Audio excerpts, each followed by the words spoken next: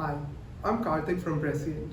I'm here to talk about working with the most crucial resource that your industry has, data, and working to extract the most out of it using data operations. An interesting operation here is the application of the Nelson rules, considering how important it is in almost every industry. So let's get started. First of all, what are the Nelson rules? Nelson rules are a method consisting of 8 rules to detect out of control or non-random conditions. The more out of control the data is, the more the Nelson rules are violated in combination. They are a crucial part of quality control and manufacturing systems.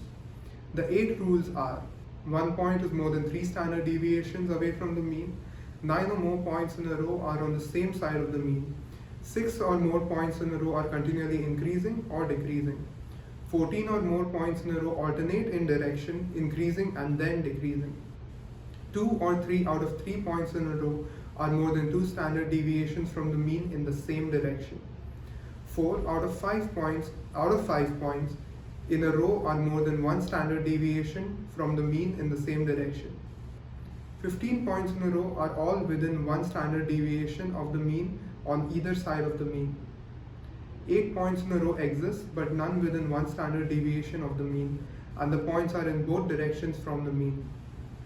This runs on the Prescient Designer, which is a low-code platform that solves the hardest problems using a simple modular programming interface.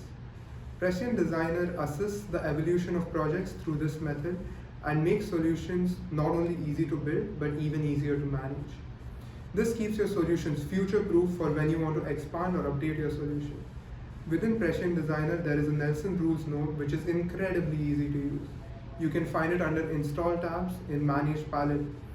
To begin, all you have to do is enter only the number of points you want to train the model with.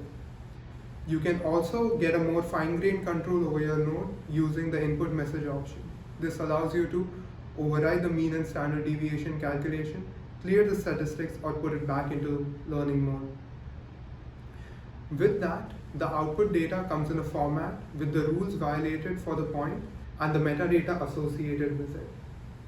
The input can be a data stream, or block data, or a combination of both. It's pretty much whatever you want. This means that you can have the data processed in real time or in chunks, allowing you to make your system incredibly robust.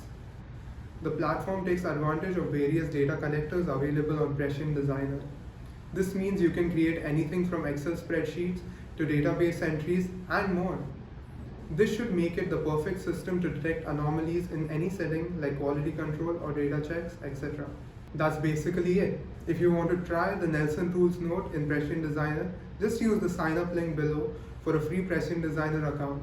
I hope you found this tutorial useful and see you in the next one.